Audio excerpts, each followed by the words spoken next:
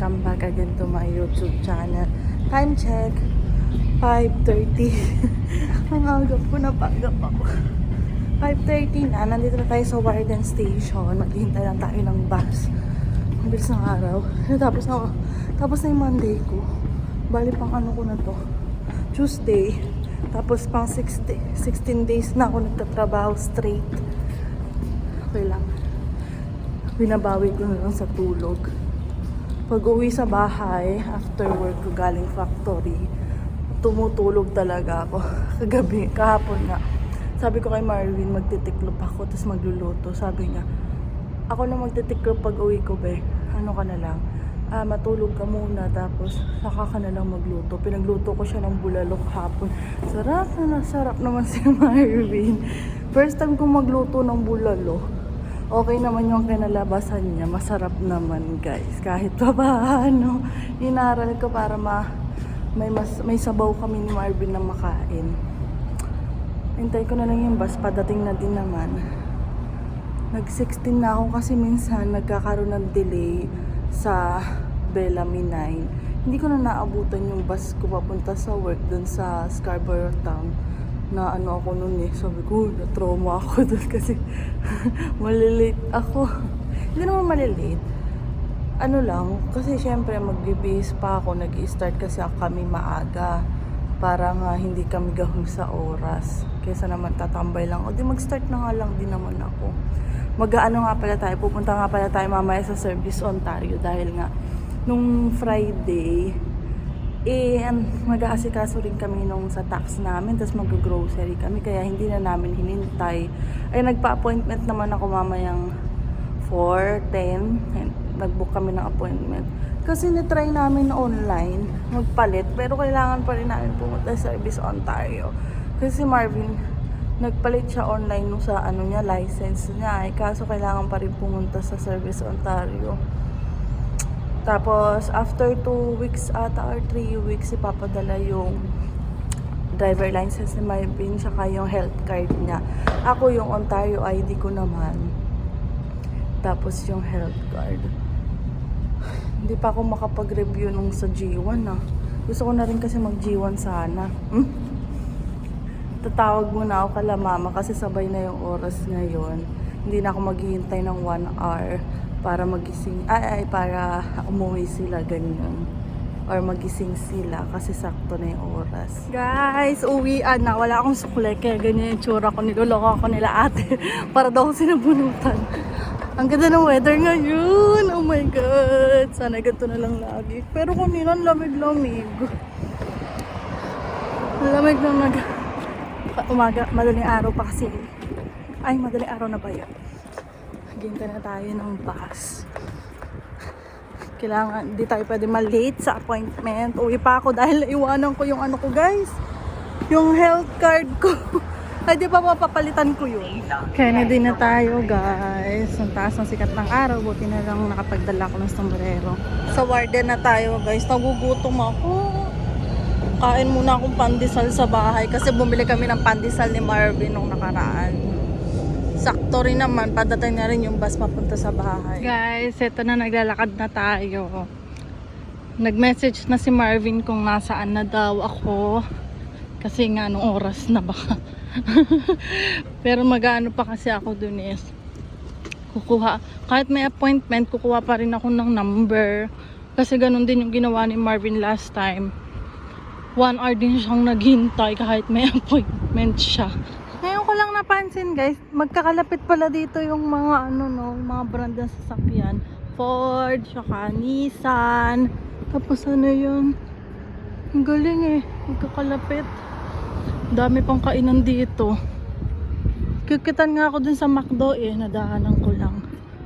Kit ng tsura ng McDo. Tapos yung mga puti, kesa sa loob mag-coffee, nasa labas na sila nagko-coffee. Kasi maganda yung panahon, sakto lang. Yung mga bata nga, yung mga kasalubong ko, mga estudyante, siguro mga high school, mga naka-tube na. Tapos ang gamit lang nila, hindi na sila naka-winter jacket, yung mga jacket na ano lang, maninipis na. Like, ako medyo nilalamig pa. Ito dito tayo, Service Ontario. Ayan na guys, nandito na ako. Hintayin ko na lang na lumabas dun yung number ko. Service Ontario. Guys, tapos na ako. Bilis lang. Kasi nga medyo late ako. Kasi nga bumalik ako sa bahay. Pero buti na lang inassist pa rin nila. Kaya hindi ako dumating sa tamang oras. Oh my God, sorry na po. Pero ang bait naman ang mga nag-assist naman sa akin. Saan kaya ako daan? Dito na lang siguro ako. Tapos ayun, pagkaupo ko, biglang may nag-text, sabi, punta daw ako sa punta daw ako dun sa door 4. Sabi ko, sino to? Tapos pagtingin ko, nasa screen ay number ko. Kaya tamayo agad ako. Tapos sinabi ko, magpalit,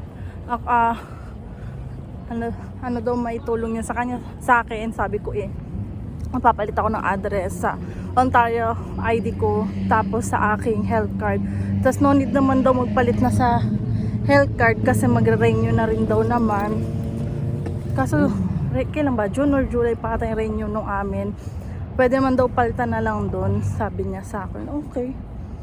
Sabi niya siya na nagsabi. Pero yung kay Marvin kasi napalitan niya kung may mayroon naman akong sinabi ko naman na magpapalit ako.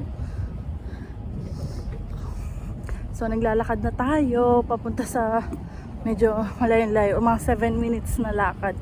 Pero depende sa lakad mo. Kung mabagal ka, edi mas matagal. Gugutom ako. Hindi ako man kumain. Ito yung McDo guys. Ang cute lang. Ito yung pinaka ata na harap.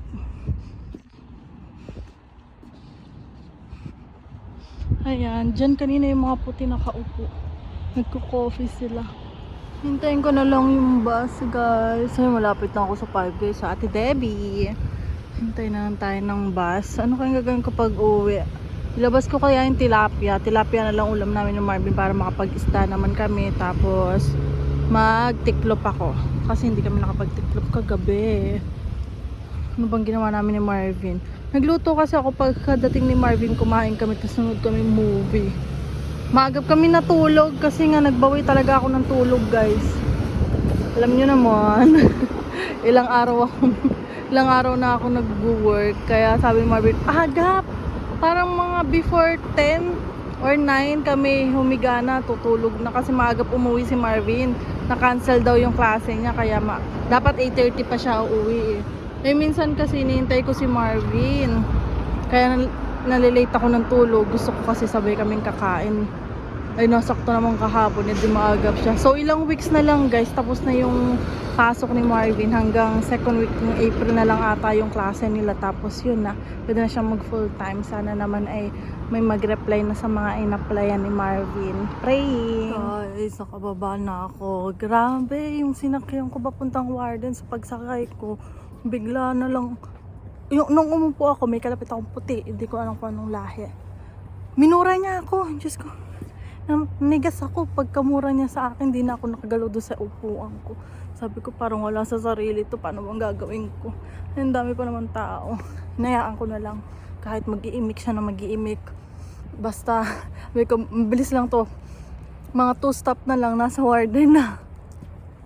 Kaya dead man na lang. Tapos dun sa sasakyan ko papunta dito sa bahay, dun din siya. Pero same kami ng binabaan. Pero magkaibang bus. Kaya lumayo na ako nung nakita ko siya. Sama ng tingin niya sa akin, Diyos ko day. Ano ba naman to?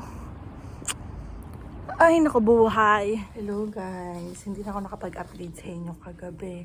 Kasi ang sama ng pakiramdam ko. Iba yung tama ng ubo ko kahapon. Kagabi pag uwi ko. Kasi nga pa iba-iba yung panahon. Tapos dumating si Marvin mga 8 na ata, kumakatok. Nagising ako, tapos sabi niya, "Be, tulog ka pala." Sabi ko, "O, sama pakiramdam ko." Niya, pininit niya yung bulalo na niluto ko. Siya nag-asikaso talaga sa akin, siya naghugas, lahat. Siya nag-asikaso talaga. Late na siya galing school, at nag-asikaso pa ako. Tapos naiwan ko tong aking scarf. Ayan, naiwan ko tong scarf kahapon habang naghihintay ng bus. Sabi ng cowork ko, nakita daw niya tong nasa sahig bago kami sumakay ng bus. Hindi ko na lang malayan, laglag pala. Tapos sabi ko, "Lo, regalo pa naman to sa akin ni Ate Roxanne. 1 taon na to sa akin mahigit kasi nung Pasko to binigay sa akin." Tapos ayun, pagbaba ko ng bus, nakita ko siya nasa may upuan na nasa waiting shed. Sabi ko, "Alam mo, naglagay, buti na lang di nawala." Eh di nakuha ko, lalaban na lang to guys. Tapos binigyan ako ng safety shoes nung aking ka-work dahil yung pamangkin daw niya ay bumili isang beses ng ginamit, nakakuha ng bagong trabaho. 7 yung size, pares kami ng size.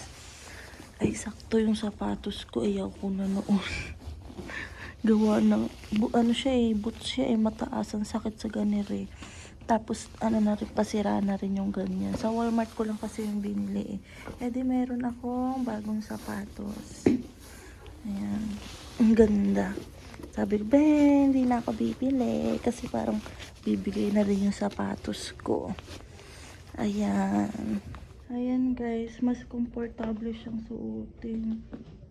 Guys, share ko lang sa inyo kasi may TikTok account ako. Tapos super bihira lang talaga ako mag-post doon dahil nga dami kong ginagawa din dito sa bahay. Kaya hindi ako nakakapag-edit pang TikTok talaga.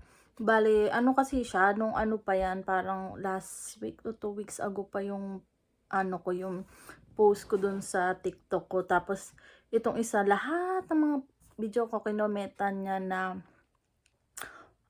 walang kwenta daw dito sa Canada. Tapos, may paano pa siya na, walang kwenta dyan sa Canada, Tapos nakadami account siya kaya matapang siya mag-comment ng mga kung ano-ano. Ganun talaga pag nakadami account, malakas ang loob magsabi ng kung ano-ano kasi hindi nga sila kilala. Pero pag in-report naman kayo pagdating na sa pambubuli, sorry na lang, makikilala talaga kayo, makukulong pa kayo. Tapos ayun, kasi social media yan, madami nakakakita. Lalo na kung pinapahiya nyo pa yung ibang tao. Tapos nagsasalita kayo ng mga bagay na hindi naman totoo. Tapos, ayun, nag-comment siya. So, isang beses na 2 beses lang ako nag-reply sa mga comment niya. Tapos, yung mga followers ko na yung mga nag-comment doon, tinadtad siya, pinagtulungan talaga siya ang dami. Pinagtulungan talaga siya. Bale, ang reply ko lang sa kanya, kesa naman sa buhay mo na walang kwenta kaya ganyan ugali mo. Kasi syempre, nagsasalita siya ng kung ano-ano. Tapos yan, may mga nag-comment na, "Ate, may haters ka na dyan sa Canada, yaan mo yung mga yan." Tapos sabi, slay girl. Kasi parang, ang hard din nung sagot ko sa kanya.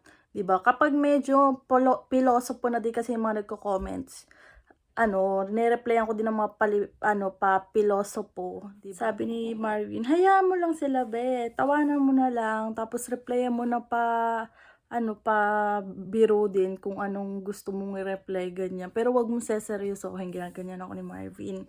Kaya minsan nagre-reply din ako ng mga hindi maayos talaga kapag talagang medyo na talaga hindi na maayos. Wala na sa isip, wala na sa wisyo yung mga comment talaga. Pang mental na talaga eh. Pang mental. Tapos ayun, ang dami na nag-comment na sinasabi pa niya na daw dito, madami daw magnanakaw dito, daw, homeless capital daw ang Canada. Eh di syempre, pinagtulungan na siya nung mga sabi, porket ikaw wala ka dito sa Canada, makapagsalita ka ng mga ganyan. Tapos, tapos sabi nung isa na nga, naghihirap naman kayo dyan sa Canada, mga mahihirap lang kayo, puro utang kayo dyan, butas bulsa nyo dyan. Tapos may nag-comment, at least sa Canada, butas ang bulsa. Pag uwi ng Pilipinas, hindi butas ang bulsa namin. Tapos yung iba naman nag-comment na, hindi ka lang napagbigyan ng ng visa, siguro hindi ka na-approve sa visa. Sabi niya, wala pati akong balak mag-Canada, sabi niya gano'n. Tapos sabi nung isa, hindi ka pati qualified. Grabe, pinagtulungan talaga siya eh. Mapangpanggap din daw yung mga tao dito sa Canada, yung mga parang pinaparating niya yung mga feeling rich daw, ganyan. Yan ang mga sinasabi niya. Kaya gigil na gigil siya. So, yung mga followers ko din gigil na gigil din yung mga nandito sa Canada. Syempre, may mga ibang bagay kasi na hindi naman talaga totoo sa mga sinasabi niya. Syempre, yung iba naman pinaghihirapan talaga naman nila yon. Diba? Yung kaya may mga nakukuha nila yung gusto nila. Pero syempre, depende pa rin yan. Basta kung gusto mo makuha yung mga ganito bagay, ganito ganyan, huwag mong hayaan na mabaot ka talaga sa utang. Kasi mahirap talaga yon. Kapag may gusto ka, kung kaya naman pag-ipunan, para hindi ka naman na ano sa mga utang mo, di ba?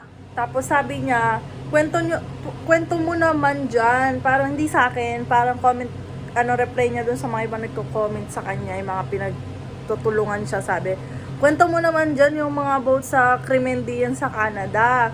Kasi puro krimen daw dito. Hindi naman may iwasan yung krimen na yon kahit naman sa Pilipinas, di ba, madami rin naman krimen sa mga ibang lugar, ibang bansa. Meron naman, hindi lang naman sa Canada, kumbaga ba.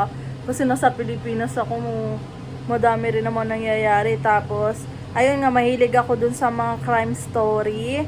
Nanonood ako sa YouTube. Kala ko hindi ko ma-imagine talaga na ang lalala pala ng mga krimen talaga sa abroad. Grabe, ang brutal pala talaga.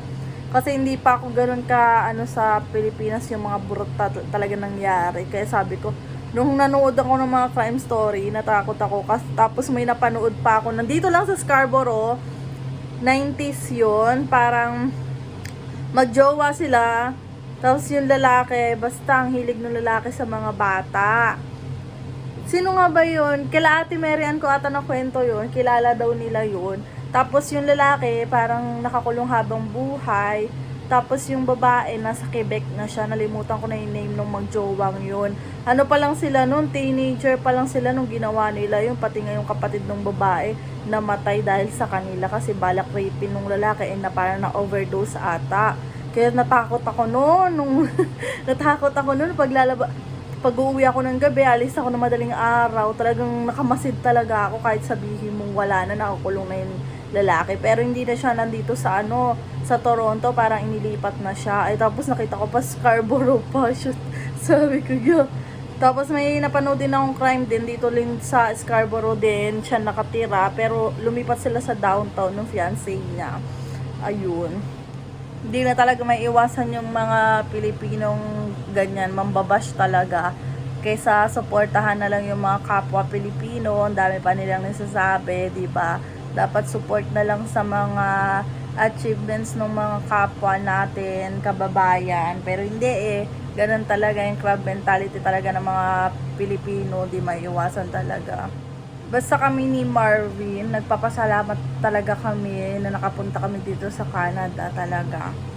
Kasi syempre, iniisip din namin yung para sa future ng namin, magiging anak namin, di ba?